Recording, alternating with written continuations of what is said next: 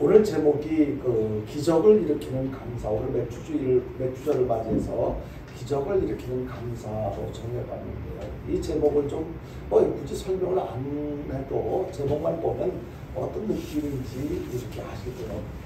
사실 어떤 책이든지 책도 이렇게 책 표지에 적혀져 있는 제목만 보면 이 책이 어떤 내용으로 이렇게 구성되어져 있겠다라는 것을 대충 이렇게 짐작을 할 수가 있어요. 그리고 책을 살 때 보았을 때 서론을 이렇게 쭉 읽어보면 이 책의 전체적인 내용을 이렇게 파악을 할 수가 있는데, 마찬가지로 설교도요, 제목을 보고 또 좀 일찍 오셔가지고 본문 말씀을 한번 좀 훑어보면 오늘 말씀의 내용이 어떤 것이겠다는 것을 누구라도 초신자가 아니라면 대체적으로 이렇게 파악할 수 있을 거라고 생각해요.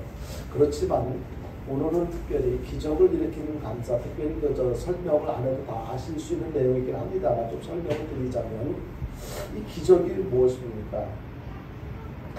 이 기적은 보통 상식적으로 이해할 수 없는, 불가능하다고 생각되어지는 어떤 그런 것들, 상식적으로 생각할 수 없는 이 기이한 일, 혹은 신에 의해서 행해졌다고 믿어지는 이 불가사의한 일들, 이런 것들을, 그런 현상을 일반적으로 기적이라고 이렇게 표현을 합니다. 그러니까 상식적으로 이게 가능한가? 도저히 안 될 것 같은데 되어졌다. 이런 모습들을 보면 이거는 기적이야. 근데요, 우리는 신앙인들이잖아요. 이 신앙인들 입장에서 생각해 볼 필요가 있습니다. 우리 신앙인들 입장에서 생각해 보자면 반드시 해결되어져야 할 문제가 있단 말이에요. 우리 모두에게는 그런 여러 가지 문제들이 있어요. 인간적인 문제, 경제적인 문제, 건강의 문제, 또 사람과의 관계의 문제, 다양한 문제들, 그것을 해결하지 못하면 내가 결국 행복할 수가 없어요. 그런데 아무리 노력하고 수고하고 애를 써도 해결이 안 되는 문제 앞에서 당황스러워하고 힘들어할 때가 있어요. 그럴 때 우리가 어떻게 해요?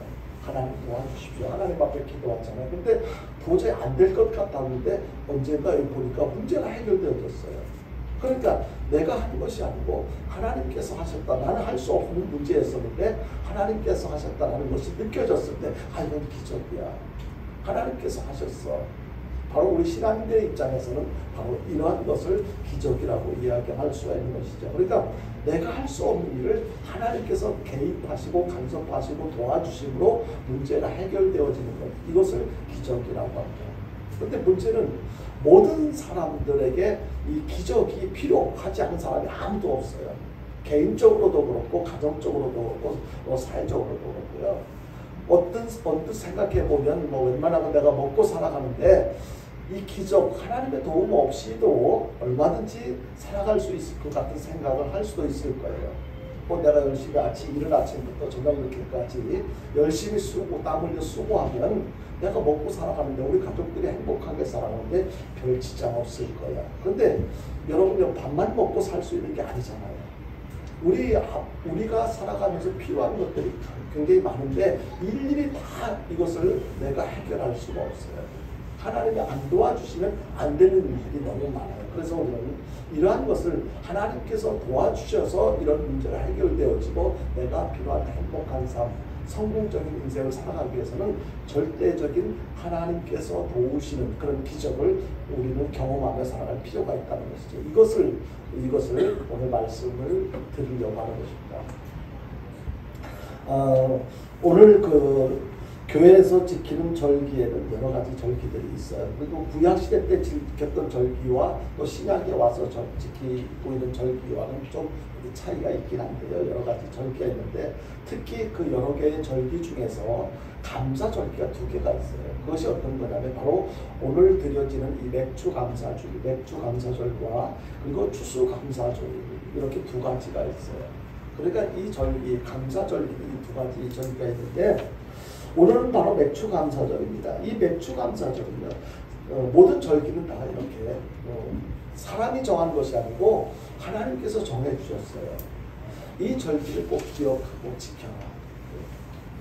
새해가 시작되고 1월 1일부터 시작해서 이제 6월달 6개월을 보내고 7월 첫 주일을 맞이했잖아요. 그동안에 하나님께서 우리 개인을 지켜주시고 가정을 지켜주시고 또 교회를 지켜주시고 다양한 하나님께서 함께해 주신 은혜를 기억하고 하나님 앞에 감사하고 허락하신 주일이기도 합니다.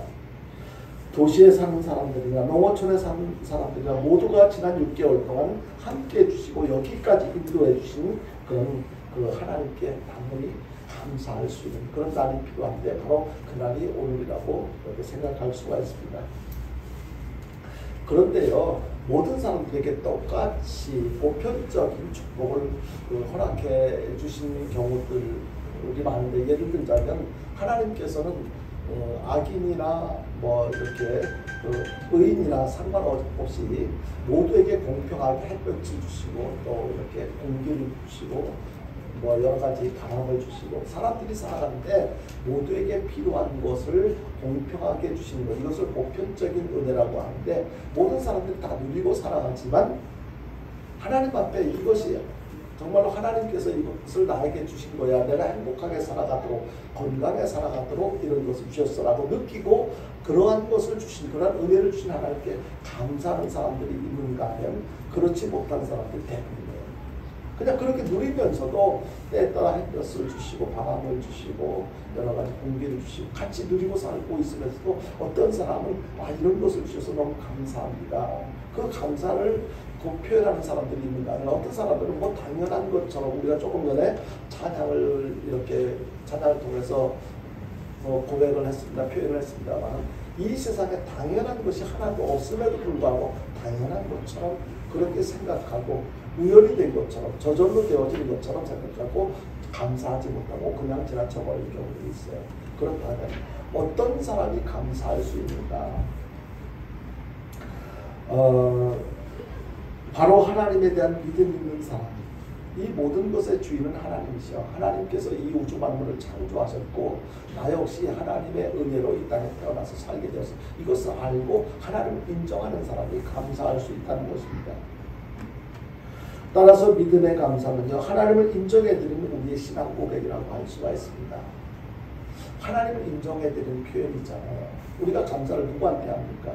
나중에 다시 말씀을 드리겠습니다만 우리가 감사를 하는 대상은 하나님이시고 우주 만물을 지으시고 나를 이 땅에 있게 하신 그 하나님, 그분이 바로 하나님이라는 것을 인정해드리고 그 하나님께 감사하는 것. 그리고 감사는요, 하나님의 축복과 기도의 응답을 가져오는 통로라고 할 수가 있습니다. 믿음이 없는 사람들은 뭐 기도도 하지 않고 필요성도 못 느끼고 하지도 않겠지만 믿음의 사람들은 우리가 여러 가지 다양한 문제 앞에서 혼자 그 문제를 안고 끙끙거리고 힘들어하는 것이 아니고 하나님의 존재를 인정하니까 하나님 앞에 기도하잖아요. 그러면 이 감사가 있는 기도 가운데서 감사가 있는 기도와 감사가 없이 일방적으로 필요한 것을 요청하는 기도와는 수준이 달라요. 하나님께서 베풀어 주신 은혜를 기억하고 감사하면서 기도할 때 하나님께서 그 기도를 들으시고 응답해 주시는 통로 역할을 하는 것이 바로 이 감사라는 것입니다. 하나님께 감사를 드리면요, 감사를 드린 그 이상으로 하나님의 복이 임하게 된다는 것을 우리는 이렇게 경험을 통해서 알 수가 있습니다. 그래서 우리는 작은 것 감사드리고 큰 축복을 받고 하나님과 우리와 좋은 관계를 확인하는 방법, 바로 감사예요. 믿음이 없는 사람들은요, 하나님 앞에 드리는 이 작은 감사 표현, 또 이렇게 감사 절기를 맞이할 때마다 평소 때 이 감사를, 그 하나님의 은혜를 아는 사람들은 평소 때도 매 주일마다 하나님 앞에 금액이 많고 적음을 떠나서 하나님 앞에 감사, 하나님께서 나에게 베풀어 주신 은혜를 생각하니까 너무너무 감사해요. 그래서 감사 원고 봉투를 붙들고 뭐라고 적을까? 어떤 감사 내용을 적을까? 생각해보니까 한두 가지야. 그러니까 아니에요. 그러니까 범사에 감사합니다. 하나님께서 가르쳐 주실 때도 성경 말씀을 통해서도 범사에 감사라고 그렇게 말씀을 하셨거든요. 어느 때 무슨 이유가 있을 때만 감사해라가 아니고 범사에 감사해라. 생각해보니까 감사할 거리가 너무 많은 거예요. 그래서 감사 원고 봉투를 붙잡고 적으려고 하다가도 그냥 이렇게 그 범사에 감사합니다. 그렇게 기록을 하고 감사의 의미를 드렸고요. 저 같은 경우에요, 하루 24시간이 일주일 그 중에서 가장 그 행복하고 좋은 시간이 언제냐면요, 교회 와가지고 하나님 앞에 감사 원금 봉투에다가 감사의 글을 적고 얼마 안 되지만 감사 헌금을 이렇게 넣으면서 하나님 감사 헌금을 할 수 있어서 감사합니다. 제가 경제적으로 무슨 넉넉지가 못해서 많은 것을 드리진 못하지만 비록 작은 것이지만 매주일마다 빼놓지 않고 하나님 앞에 감사 표현할 수 있는 것, 이것이 얼마나 감사한지 몰라요. 우리 성도님들 가운데 저뿐만 아니고 또 이렇게 매주일마다 감사하시는 분이 또 계시는데 우리가 감사 내용을 주보에는 기록을 하지는 않잖아요. 하나님께서는 아신다. 우리가 이 감사를 하나님 앞에 표현하는 것, 이것이 감사를 하면요, 우리가 어때 할 때마다 조금 전에도 말씀드렸죠. 그때가 제일 기뻐요, 행복해. 하나님께서 나에게 베풀어 주신 은혜를 생각하고 이렇게 작은 정성이라도 이렇게 작은 나의 마음을 표현할 수 있어서 감사합니다. 따라서 믿음의 감사는요, 하나님을 인정해드리는 우리의 신앙 고백이라고 할 수가 있는 거예요. 믿음이 없는 사람은 감사하지 못해요. 돈이 많다고 하나님 앞에 막 이렇게 풍덩풍덩 그거 드리는 것이 아니거든요. 그래서 하나님께 성경에서는요, 많은 사람들이 헌금하는 것도 그 헌금할 때 하나님 예수님께서 기뻐하셨던 것은요, 부자가 많은 것을 한꺼번에 드리는 거 당연히 할 수 있는 능력이 되니까 하는 거잖아요. 해야 되는 것이고요. 근데 누구를 귀하게 여겼냐면 과부의 두렛돈 헌금하면 그 모습을, 사실 그 두렛돈이 지금 우리 돈으로 환산하면 얼마의 가치가 있는지 정확하지는 않겠죠. 별로 보잘것없는, 사람들이 욕심을 부릴 만한 그런 가치가 없는 금액이에요. 그런데도 예수님께서는 그게 그 여인에게는 전 재산이었다. 정성을 다해서 최선을 다해서 하는 그 모습을 예수님께서 기억하시고 기뻐하셨단 말이에요.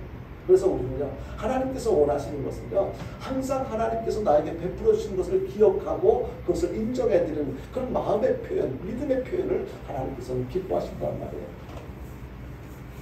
그래서 감사는 하나님의 축복과 기도의 응답을 가져오는 통로이기도 하고, 그래서 하나님께 감사를 드리면, 감사를 드리는 것, 하나님께서는요, 절대로 우리 사람들도 마찬가지잖아요. 부모님이 그 어린 자식들이 막 맛있는 걸 먹고 있다가 새우깡을 막 먹고 있어요. 봉투에 거기에 뭐 새우깡이 뭐 몇십 개 많이 있겠지요. 근데 한꺼번에 봉투채로 이렇게 주는 경우는 거의 없잖아요. 근데 하나 꺼내가지고 먹다가 하나를 꺼내서 먹으라고 이렇게 줄 때 그 마음이 얼마나 이뻐요. 기특하잖아요. 새우깡 하나 받아 먹고 입 싹 닦는 부모들이 어디 있겠어요.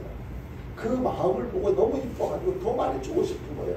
한 봉단이 아니라 두 봉단이 10봉단이라도 그저 필요하다면 할 수 있는 데까지 다 베풀고 싶은 것이 바로 부모님들의 마음 아닙니까? 하나님도 역시 마찬가지예요.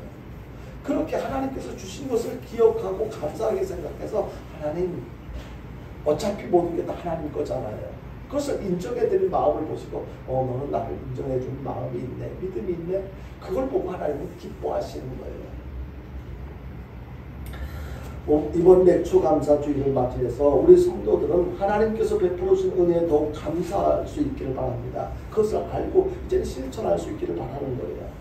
그래서 하나님께서 주시는 은혜와 축복을 마음껏 받아들이면, 우리는 모두가 다 필요하잖아요. 하나님의 은혜가 계속 필요하잖아요. 근데 나는 하나님 앞에 감사를 표현하지도 않으면서 하나님께서는 이래 줬으면 좋겠다, 저래 줬으면 좋겠다, 이것은 욕심이에요. 불가능한 거예요, 사실. 나는 전혀 하나님께서 나를 어떻게 생각하시는지를 생각해 보지도 않고, 나는 하나님께서 이랬으면 좋겠는데, 내가 이게 아쉬운데 필요한데, 여러분 하나님의 입장도 생각할 줄 아는 그런 우리 성도들이 됐으면 좋겠습니다. 그래서 우선 맥주 감사절의 유래와 의미를 좀 살펴보겠는데요. 해마다 맥주 감사주일 때면, 또는 추수 감사주일 때면 그 절기에 대해서 성경적인 의미를 살펴보곤 하는데요. 간략하게 말씀을 드리자면, 맥주 감사절은 하나님께서 직접 제정하신 축복의 절기다라는 것을 말씀을 드릴 수가 있습니다. 본문 16절을 다시 한번 볼까요? 같이 보겠습니다. 시작. 맥주절을 지키라. 이는 내가 수고하여 밭에 뿌린 것에 첫 열매를 거두리라. 수장절을 지키라. 이는 내가 수고하여 이룬 것을 연말에 밭에서 거두어 저장하리라. 여기에 보면 맥주절을 지키라, 수장절을 지키라. 바로 맥주절은 맥주 감사주의를, 지금 맥주 감사주의를 의미하는데 지키라고 명령을 하셔요. 그냥 너 이러이러하니까 지켰으면 좋겠다, 그건 하나님의 의견을 말씀하시는 것이 아니라, 성경은 어느 곳을 보든지 하나님께서 일방적으로 요구하시지, 내 생각엔 이런데 너희들 어떻게 생각하니, 너희들 할 수 있으면 이렇게 그렇게 하시잖아요. 지키라는 거예요. 그러면 우리는 어떻게 해야 돼요? 당연히 지키는 것이에요. 내 입장이 여기서 내 입장을 막 이야기를 하면서 내 생각은 내 이런 걸 여러 가지 이유를 대면서 나 못해요. 그 뒤에 이야기하는 수장절은 이제 추수감사절을 이야기를 하는데요. 이제 그건 나중에 이야기를 하고 일단 맥추절을 지키라고 이렇게 말씀을 하고 있습니다. 이 맥추절을 지키라고 하는 것은 이제 밀, 보리 이런 것들을 우리가 이제 농사를 지을 때 밀, 보리 이런 것들을 먼저 농사를 짓잖아요. 벼농사보다 이것을 먼저 져가지고 이제 하나님 앞에 첫 열매를 하나님 앞에 드리라고 하는 거예요. 그래서 이건 첫 열매를 드리라고 해서 이건 첫 열매 혹은 첫 과일이나 곡식 이런 것을 하늘을 향해서 흔든다는 어떤 그런 뜻도 있어요. 그래서 이거는 첫 열매를 드린다라고 해서 초실절이라고도 표현을 하는데요. 그래서 성경의 가르침은 모든 것의 첫 번째의 어떤 얻게 되는 수확하게 되는 것은 다 하나님의 것으로 이렇게 인정해 드리는 것. 그것을 하나님께서 우리에게 요구하고 계시는 거예요. 이것은 어차피 모든 것은 다 너희들한테 주는데 내 거지만 주지만 이제 그 중에 하나를 첫 번째 생산된 것은 내 것으로 인정하고 나한테 바쳐. 이것이 바로 하나님의 뜻인 것입니다. 이와 관련돼서 이렇게 관련된 말씀을 두 곳을 보겠는데 잠언 3장 9절과 10절 한번 볼까요? 같이 보겠습니다. 시작. 내 재물과 내 수산물의 처음 익은 열매로 여호와를 공경하라. 그리하면 내 창고가 가득히 차고 내 포도주들의 새 포도즙이 넘치리라. 그러니까 하나님의 것을 구별하여 드린다면 하나님께서 그 이후에 그렇게 한다면 하나님께서 어떠한 축복을 주시겠다라고 이렇게 말씀하고 계십니다. 그리고 신명기 16장 9절부터 12절까지 보겠습니다. 자, 같이 봅니다. 시작. 7줄을 셀지니 곡식의 낫을 때는 첫날부터 7줄을 세어 내 하나님 여호와께 7절을 지키되 내 하나님 여호와께서 내게 복을 주신 대로 내 힘을 다하여 자원하는 예물을 드리고 너와 내 자녀와 너희와 내 성중에 있는 레위인과 및 너희 중에 있는 객과 과와 관과 함께 내 하나님 여호와께서 자기의 이름을 두시려고 택하신 곳에서 내 하나님 여호와 앞에서 즐거워할지니라.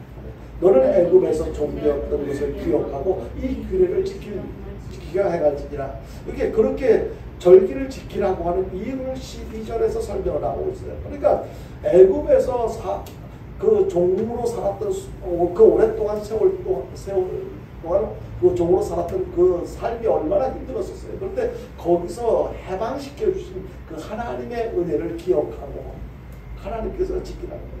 그러니까 이 맥추 감사주의를 77절이라고도 표현하는데 그래서 조금 전에 또 77절에 대해서 표현을 했는데 같은 절기를 다른 표현으로 하는 경우들이 여러 가지가 있는데요. 여기에 대해서는 그때마다 또 이제 다시 부연 설명을 드리도록 하겠습니다. 어쨌든 구약의 3대 절기, 그러니까 구약 시대 때 하나님께서 꼭 지키라고 하신 그 3대 절기가 어떤 거냐면은 15절에서 말씀하고 있는 무교절인 그 유월절, 그러니까 그 마지막 이스라엘 백성들이 애굽에서 나올 때 그 바로 왕이 이제 바로 안 내보내줬잖아요. 그래서 마지막 어떤 그 재앙이 하나님께서 허락하신 재앙이 무슨 재앙이었습니까? 바로 장자의 죽음이었어요. 근데 그 이스라엘 백성들은 문설주에다가 양을 잡아가지고 피를 바르는 그 집은 그 천사들이 하나님께서 그 집에 들어가서 장자를 해치지 않았어요. 그래서 피를 넘어갔다라고 해서 유월절이라고 이렇게 표현했는데 그 유월절 그거 반드시 지키라고. 그러니까 이 절기가 언제부터 시작된 거예요? 이스라엘 백성들이 애굽에서 나와가지고 이제 나오기 직전, 나온 뒤에부터 이제 그때를 기억하고 지키라라고 이렇게 말씀드렸고요. 그래서 이것은 이제 구약 시대 때 시작된 그때 시작된 절기인데 지금은 유월절을 안 지켜요. 지금 대신 부활주의를 지키지요. 그리고 77절인 그 16절에서 이야기하는 77절인 맥추절, 그리고 또 역시 16절인 수장절인 추수감사주의, 이 세 가지 절기가 이스라엘 백성들에게 하나님께서 지키라고 말씀하신 3대 절기로 이렇게 꼽혀지고 있습니다. 신약 시대와 그 이후의 교회 절기는요 조금 더 늘어났어요. 물론 안 지키는 절기도 바뀌어진 절기도 있긴 하지만 어떤 절기가 있습니까? 성탄절. 메시아가 이 땅에 오신 날을 기념하는 성탄절이 있죠. 그리고 또 부활주일이 있습니다. 예수님께서 고난당하시고 십자가에 죽으셨다가 다시 살아나신 것을 기념하는 부활절이 있습니다.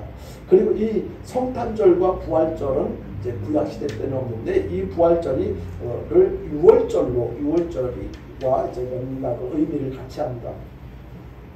그리고 성령 강림절이 있어요. 성령 강림절이 굉장히 중요한 게 일반 고신교단이나 이제 합동 일반 이제 교단마다 좀 이렇게 중요하게 여기는 절기가 있는가 하면은 이 성령 강림절은 대체적으로 제가 신앙생활해 온 어떤 교단에서는 이걸 뭐 특별히 절기로 생각해가지고 막 강조를 하거나 이렇게 안 했더라고요. 그래서 저도 한번 성령 강림절에 대해서는 그렇게 중요하게 취급을 하지는 않았었는데 생각해보니까 이 성령 강림절도 너무너무 중요한 절기라서 나중에 이걸 별도로 한번 살펴보도록 그렇게 하겠습니다. 그리고 성령 강림절이 있고 맥주감사절, 추수감사절이 말씀드린 것처럼 우리들이 다 알고 있는 내용들의 어떤 절기지만 성령 강림절에 대해서는 잘 이렇게 모르시는 부분들이 많이 있을 거예요. 이 부분에 대해서는 추후에 다시 한번 말씀을 나눌 수 있는 시간을 갖도록 하겠습니다. 하여튼 우리나라에서 대표적으로 3.1절이나 광복절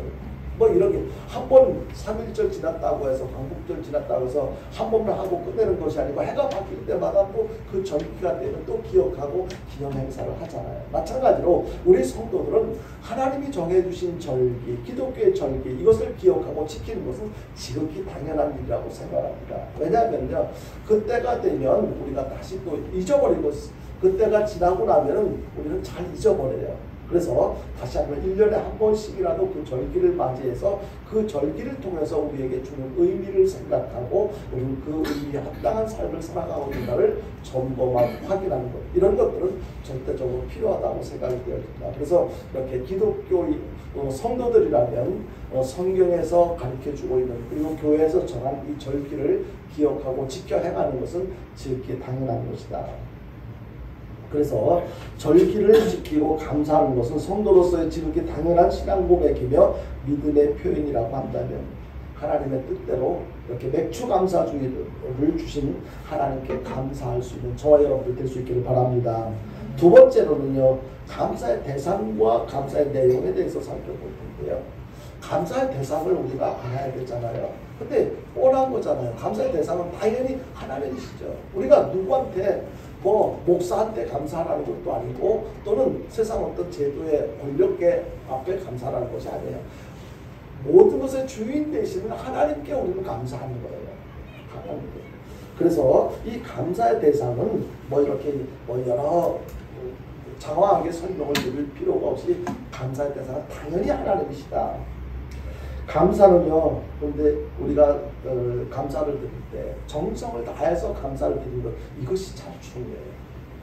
거기에 그 감사에 어떤 좋은 거, 비싼 거 이것이 문제가 아니고요. 정말로 아까도 말씀드렸지만 하나님께서는요 정성을 다하는 것을 원하시고 기뻐하시지 액수가 많은 거 아니면 또 가치가 있는 거 이런 거요. 하나님은 그거 중요하게 생각하지 않아요. 그가 얼마나 내가 너한테 얼마를 줬는데 무엇을 줬는데 그것을 감사하게 기억하고 있니? 그러면 거기에 합당한 감사를 하는 것 그것을 인정하고 감사하는 것 그것을 원하시지 그냥 뭐 무리하게 막 빚을 내가지고 막 힘들고 하나님 앞에 감사 헌금한다고 해가지고 막 없어서 안 할 수는 없고 측면 때문에 막 하나님 절대 그런 거 원하시지 않아요. 할 수 있는 범위 안에서 정말로 하나님 앞에 진심으로 감사하는 것 그것을 하나님께서 원하십니다. 그래서 정성과 마음 중심이 받쳐져야 한다는 것 그것을 기억하고 정성을 다해서 하나님 앞에 감사를 드려야 됩니다. 우선 우리들을 이 땅에 보내주신 하나님께 감사를 드려야 돼요. 내가 지금 이 땅에서 살고 있는 것 어떤 때 힘들고 어려울 때는 차라리 하나님 내 이 땅에 태어나지 않게 해주셨으면 더 좋았을 텐데 이런 생각을 들 때도 있을지 모르겠어요. 저 그런 생각할 때도 있었거든요. 너무너무 힘들으니까 차라리 하나님 이 땅에 안 태어나게 하셨으면 이런 걱정 이런 의심 안 해도 됐을 거 아닙니까? 왜 이 땅에 태어나게 하셔서 하나님이 이렇게 힘들게 하십니까? 하나님 책임져 주십시오. 막 그렇게 땡깡을 드린 적도 사실 있는데요. 그거는 어떤 때에 제가 저는 해서는 안 될 말을 우리 부모님한테 딱 한 번 한 적이 있어요. 이렇게 살게 하시려면, 이렇게 책임도 지지 못할 것 같은 왜 나를 낳으셨어요? 이거 제가 부모가 되고 나니까 이거는 자식이 부모한테 정말로 해서는 안 될, 정말로 절대로 해서는 안 될 그런 아주 불효박심한 표현이라는 것을 나중에 깨달았어요. 그때는 너무 힘든 내 입장만 생각하다 보니까 저도 모르게 화가 나가지고 이럴 것 같으면 이렇게 누구는 자식들한테 저 한 번도 학교 소풍 다니면서 도시락 싸가본 적도 없고요. 수학여행 가본 적도 없고 참고서 사본 적도 없고 그렇게 아무것도 내가 필요할 때 필요한 것을 제공해 주지 못하는 부모님이 막 원망스럽고 화가 나다 보니까 막 그런 표현을 했던 적이 있었어요. 그리고 지나다 보니까 그걸 못해주는 부모 입장은 어떻습니까? 이제 인간이기 때문에 사람이기 때문에요. 그래서 우리는요 그런 모든 것들을 초월해서 하나님께서 뜻이 계셔서 나를 이 땅에 태어나게 하셨는데 지금 살게 하시는데 그렇게 뜻이 계셔서 나를 이 땅에 태어나게 하시고 살게 하시고 나를 통해서 무엇인가 하실 일이 있으셔서 나를 사용하시는데 그런 하나님께 우선 감사를 드려요. 우리가 감사드릴 거는요 너무너무 많아요. 인간의 근본적인 문제, 죄와 죽음의 문제를 해결하지 않으면 우리 영원히 지옥에서 정말 고통스럽게 지내야만 하는데 그 죄의 문제를 해결해 주고 죽음의 문제를 항상 사람들에게 가장 근본적인 문제가 뭐예요? 죽음의 문제를 죄 문제는 별로 사람들이 그렇게 심각하게 생각하지 않아요. 죽음의 문제는 너나 할 것 없이 모두가 다 두렵게 해결되어져야 할 문제라고 생각해요. 근데 왜 죽음이 왔는가 이것까지는 생각을 못해요. 네, 그런 신앙인이기 때문에 당연히 죄의 문제, 죽음의 문제가 해결되어져야 되잖아요. 하나님의 은혜 가운데 이 문제를 그 인간의 근본적인 문제를 해결해 주셨어요.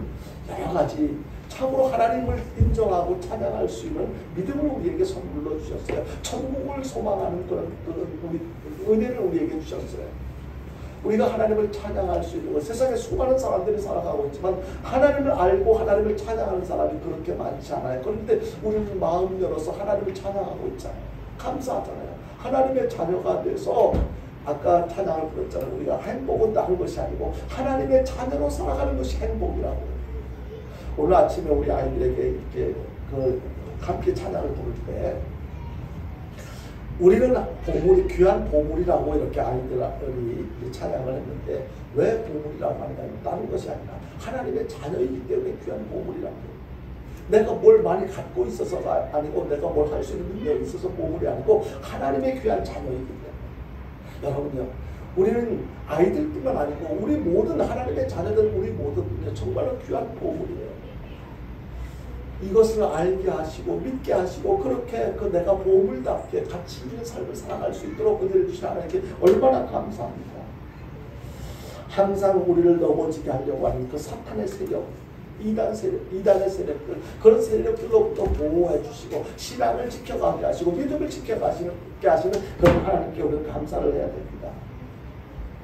그뿐 아니라 우리 사랑하는 가족들을 주시는 거예요. 여러분들요, 사랑하는 자식들을 보면서 때로는 아내에 대해서 남편에 대해서 불만이 있을 수 있겠지만 그 사랑은 지금 어떤 사람들은 남편에 대해서 왼수 같다고 아내에 대해서 왼수 같다고 막 이렇게 표현하면서도 그 서로를 통해서 태어난 그 아이들을 보면 너무너무 귀한 거예요.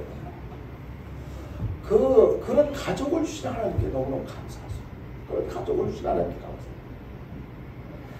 그리고 우리는 내가 아무리 수십 년 동안 많은 것을 경험하고 배우고 노력하면서 무엇인가 이루면서 살아왔다 할지라도 성령 하나님께서 깨닫게 해주시지 않으면요 귀한 것을 보고도 귀한 것을 손에 잡고 있으면서도 귀한 줄을 몰라요. 우리에게 필요한 것을 깨닫게 하시고 알게 하시고 도와주신 그 보혜사 성령님을 나에게 주신 그 하나님께 너무너무 감사한 것이죠. 감사한 내용을 보면요 이렇게 순서와 상관없이 너무너무 많다는 것을 우리가 알 수 있습니다. 오늘 이 시간에 감사한 내용을 설명하자면 하루 종일 해도 다 표현할 수 없을 거예요. 여러분들 지난 주일에 감사한 봉투에다가 한번 감사한 내용을 적어보세요라고 말씀을 드렸는데 과연 여러분들 적어본 걸 한번 이 시간에 앞으로 갖고 오셔서 한번 발표해보세요라고 그렇게 하고 싶은데 사실 안 해오신 분들이 혹시라도 제가 지적을 했는데 못했는데요, 안 했는데요, 이렇게 해서 무한해 하실까봐 지적을 하지 않겠습니다. 한번 생각해 보십시오. 한번 나한테 문제가 무엇인가, 감사거리가 무엇인가 두 가지를 비교해서 정리를 해본다면 감사거리가 훨씬 더 많은 거예요.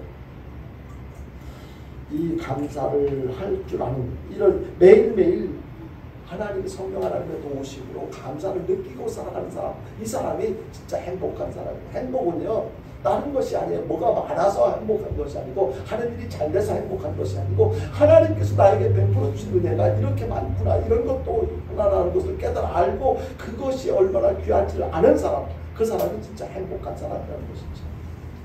우리에게 필요한 모든 것을 주신 하나님께 진심으로 감사할 수 있는 저와 여러분들 될 수 있기를 주님의 이름으로 축원드립니다.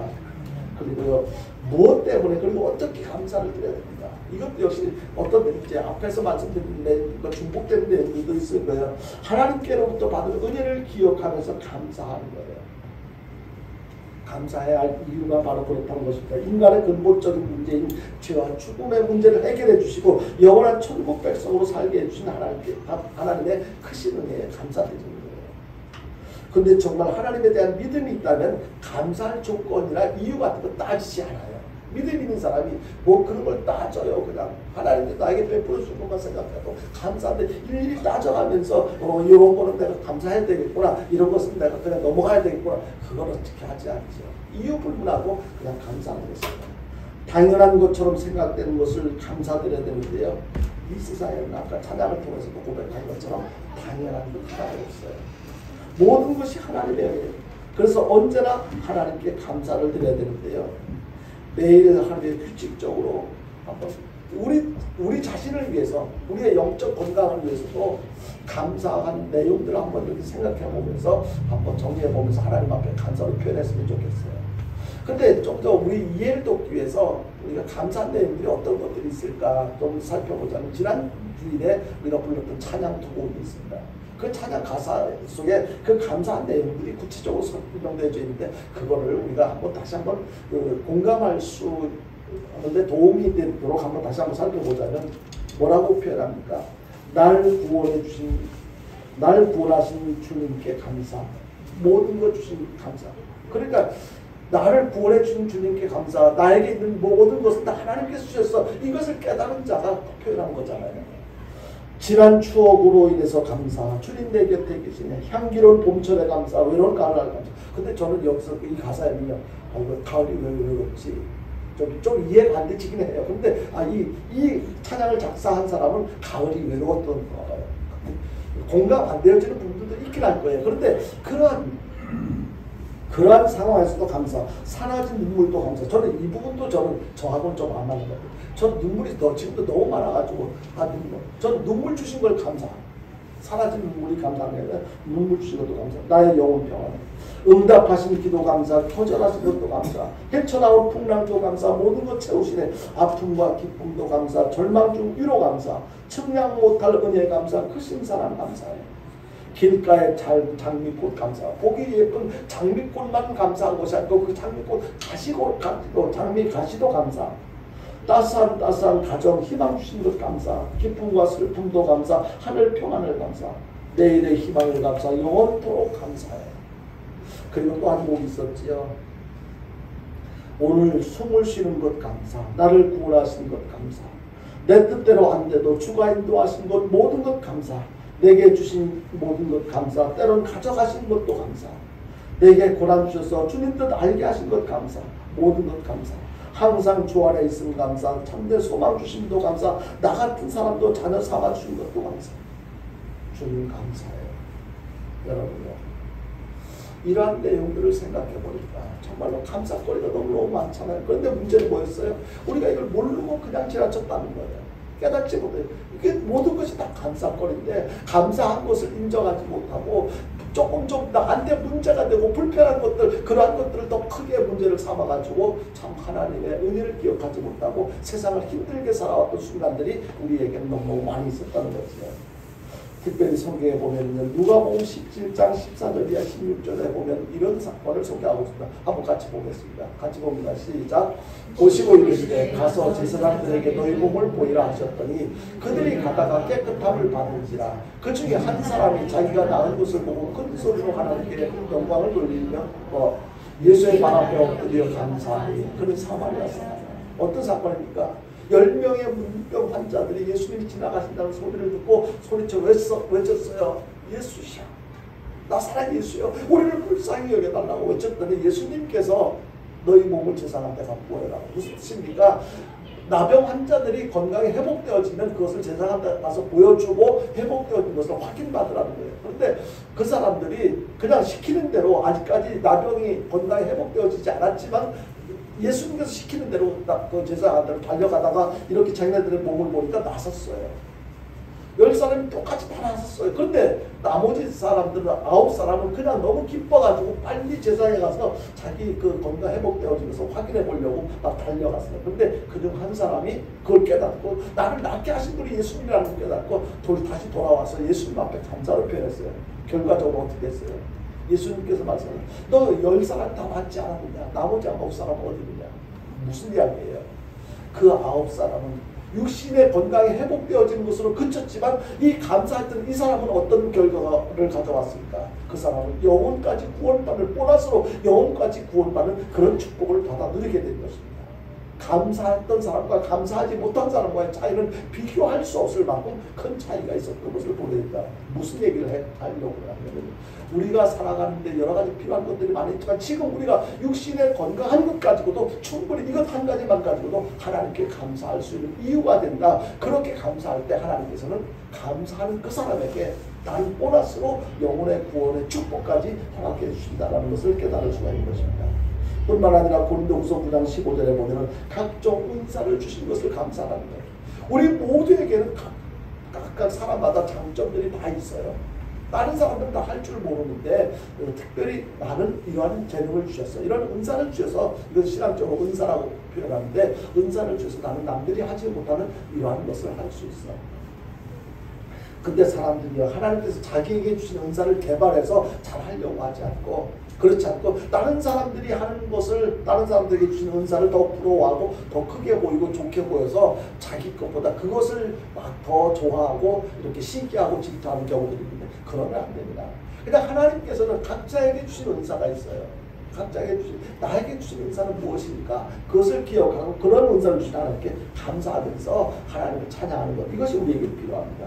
그뿐 아니라 필요한 것을 이루어주실 것을 믿고 미리 감사를 드리는 것, 이것이 참 중요해요. 그러니까 하나님께서 무엇을 해주셔서 감사하는 것이 아니라 앞으로 어떻게 해주실 것을 미리, 그것을 믿고 미리 감사드리는 것, 이것이 성숙한 신앙인의 모습인데요. 바로 예수님, 요한복음 11장 41절 한번 볼까요? 요한복음 11장 41절 같이 보겠습니다. 시작. 예수께서 들어오는 것을 이르시되 아버지여, 내 말을 들으신 것을 감사합니다.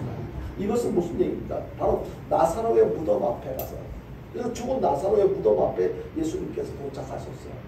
거기 가서 나사로를 살리기 전에 예수님께서 예수님의 기도를 들어주시고 하나님께서 죽은 나사로를 살려주신 것을 믿고 미리 감사드린 거예요.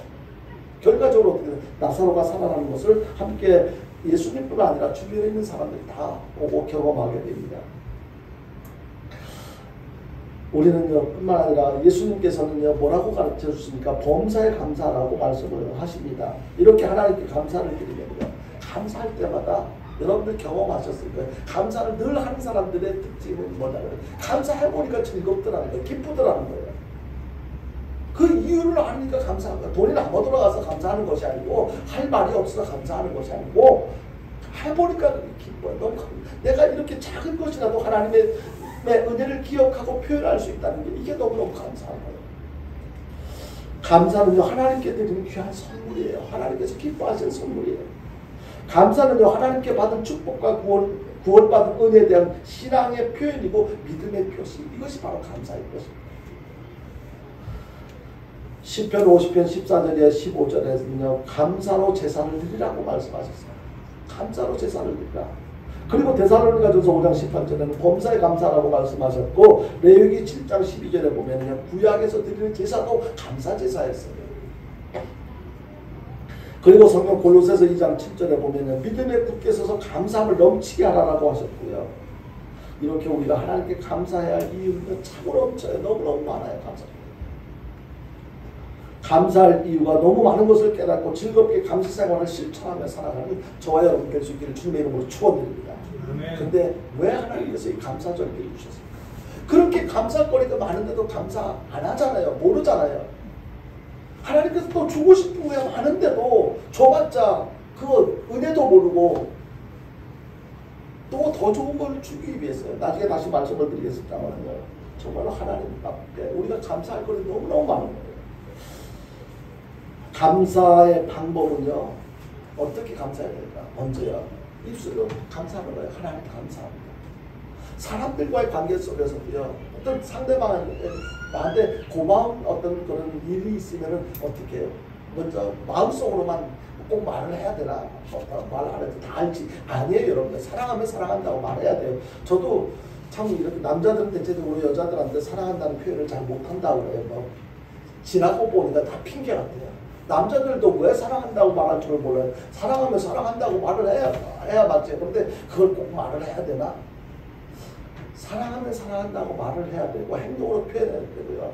작은 어떤 꽃 한 송이라도 직접 그 손에 쥐어주면서 내 감사를 고마움을 표현하는 것 이것이 지극히 당연한 것 아닙니까? 그런데 그걸 굳이 행동으로 해야 되나? 아니에요. 여러분. 감사의 방법은 먼저 입술로 기도로서 하나님 감사합니다. 하나님 감사합니다. 뭐 감사의 내용에 대해서는 앞서 말씀을 드렸습니다. 이런 이유 때문에 저런 이유 때문에 감사합니다. 그리고 헌신과 봉사와 찬양으로 감사하는 거예요. 하나님께서 베풀어 주신 은혜가 감사하니까 내가 하나님의 영광을 위해서 내가 이렇게라도 헌신하는 것을 교회를 위해서 청소하고 또 뭐 여러 가지로 봉사하기도 하고 헌신하고 찬양하기도 찬양을 통해서 감사하기도 하고 그리고 정성을 다해서 예물로 감사를 하는 것이죠. 여기에 대해서는요. 진짜 감사할 때는 아깝지가 않아요. 더 많이 드리지 못해서 그게 마음이 아픈 것이죠. 세상 사람들 사이에도 감사해야 할 분들에게는 당연히 말로 감사를 먼저 표현해요. 그리고 크고 작음과 상관없이 정성을 다해서 물질로 감사 표현하잖아요. 여러분, 안 그렇습니까? 고마운 사람들한테 말로만 감사합니다 이렇게 합니다. 오늘 분명히 하나님께서 뭐라고 말씀하십니까? 여기에 너는 무교병의 절기를 지키라. 내가 내게 명령한 대로 아비볼에 정한 때 이래 동안 무교병을 먹을지니 이는 그날에 내가 애굽에서 나왔음이라. 그 다음에 뭐라고요? 빈손으로 내 앞에 나오지 말라. 하나님께서는 주신 게 너무너무 많아. 너 빈손으로 나 앞에 나오지 말라는 거예요. 그럼 하나님께서 내 거 챙기겠다는 그런 뜻이 아니에요. 여러분들. 기억하라는 거예요. 기억하라는 거예요. 또 너한테 앞으로 사람 너 필요한 게 많잖아. 그거 나 아니면 내가 안 해주고 누가 주겠니? 내가 주겠다는 거예요. 그런데 기억하라는 거예요.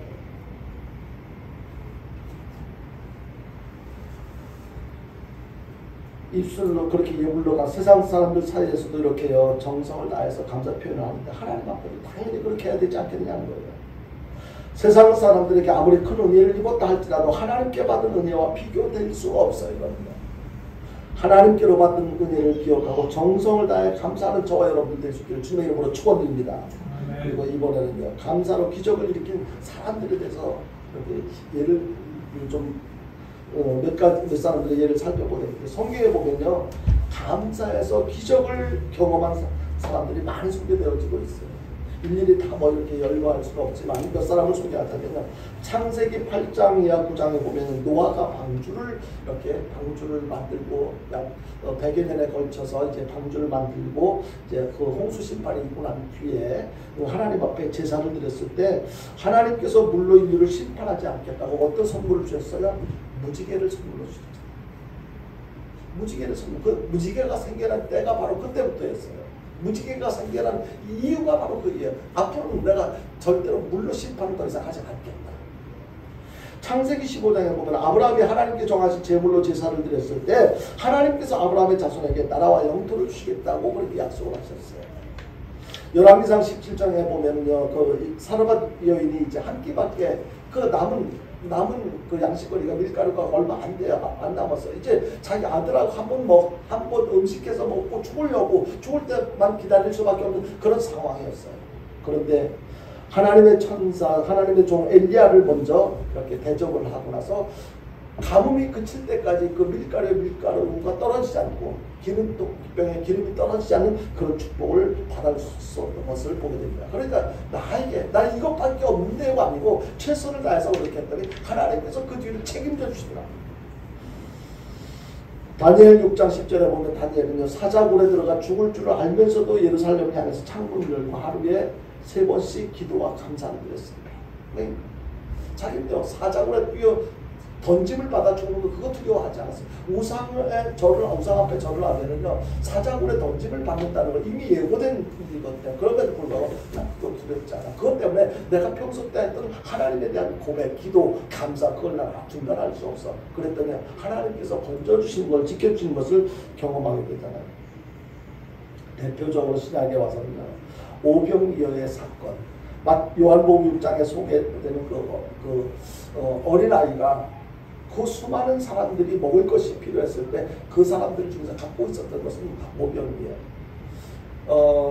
보리떡 작은 거 5개 그리고 물고기 작은 생선 2마리 그게 전부였었는데 그것을 가지고 하나님과 예수님 앞에 드렸더니 예수님께서 그것을 하나님 앞에 기도하고 거기에 먹은 사람들이 수천 명이 먹고도 남았다. 많은 사람은 신학자에 의하면 뭐 2만 명이 될 거다. 뭐 이렇게 뭐 여러 가지로 하는데 정확한 숫자는 알 수가 없어요. 그렇죠? 수천 명이 먹었다. 먹고도 남았다. 뿐만 아니고요. 예수님께서도요. 실질적으로 예수님께서 부활하시고 나서 누구를 제일 먼저 찾아왔어요? 누구를 제일 먼저 예수님의 12제자를 제일 먼저 찾지 않았어요. 제일 먼저 찾은 한 여인이 있었어요. 그 여인은 누구였어요? 예수님께서 돌아가시기 전에 향유 옥합을 열어서 향유를 주님께 부어드리면서 감사를 표현했던 그 여인을 예수님께서 제일 먼저 찾아왔어요. 예수님께서도 우선 찾으시는 우선순위가 누구냐면 감사할 줄 아는 사람을 먼저 찾으신다는 거예요. 감사할 줄 아는 진짜 믿음, 이 감사할 줄 아는 사람이 진짜 믿음 있는 사람이기 때문에 예수님께서 진짜 믿음 있는 그 감사할 줄 아는 사람을 찾아왔던 것을 통해서 우리는 어떻게 해요? 내가 진짜 감사하는 사람이 되었을 때 내가 진짜 믿음 있는 사람이 되겠구나. 감사할 줄 아는 진짜 믿음 있는 저와 여러분들 될 수 있게 주님의 이름으로 축원드립니다. 마지막으로 한 가지 더 살펴보자면요. 결국 감사함으로 감사하는 자가 복을 받게 된다는 거예요. 그러니까 하나님께서 감사하라고 하시는 이유가 하나님께서 덕을 보자고 도움받자고 하나님께 감사하라고 요청하시는 것이 아니에요. 그리고 우리가 감사해야 할 이유는요. 바로 하나님께서 감사하라고 요구하시는 내용이나 우리가 감사해야 할 이유는 바로 나를 위해서예요. 다른 사람을 위해서가 아니에요. 하나님을 위해서 같지만 사실은 나를 위해서 하는 거예요. 나를 위해서 필요한 게 바로 감사라는 거예요. 감사는요. 그렇게 감사했을 때 감사는 기적을 일으키는 거예요. 아까 말씀드린 것처럼 그렇게 감사했더니 내가 할 수 없는 상황에서 하나님께서 일하시는 것을 경험하게 돼요. 감사는 기적을 일으키는 거예요. 감사는 축복을 불러오고요. 감사는 우리의 신앙을 고백하는 것이고 감사는 하나님의 보좌를 움직이게 감사는요. 결국 돕는 천사를 보내주세요. 하나님께서는요. 우리를 도와주실 때 직접 우리에게 사람과 사람이 어떤 도움을 주고받는 것처럼 그렇게 하시잖아요. 다양한 방법을 통해서 우리를 도와주세요.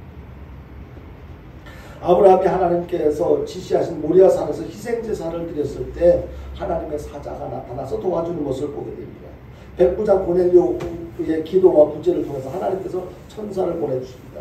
감사를 통해서 하늘문이 열립니다. 그러니까 이 감사가 얼마나 필요한지 얼마나 중요한지를 알 수가 있는 것입니다. 우리가 감사를 할 때요. 하나님께 드리는 것만 생각하지 말고 내가 드리는 이거요. 그거 별로 그거 가치가 있는 게 아니에요. 그게 아니에요. 그것만 보면은 어떤 사람은 뭐 예를 들어서 헌금할 때 이거 5만 원 해야 될까 10만 원 해야 될까 넣다 뺐다 하나님 치사해가지고 그거 받겠어요? 아니에요. 여러분. 그런 거 생각하지 말고 하나님께서 주실 축복을 생각합니다. 하나님께 드리는 많은 감사로 넘치는 복을 받게 된다는 것을 고린도후서 9장 11절 이하 12절을 보면 알 수 있습니다. 한번 보겠습니다. 고린도후서 9장 11절부터 12절 준비가 네, 같이 보겠습니다. 시작.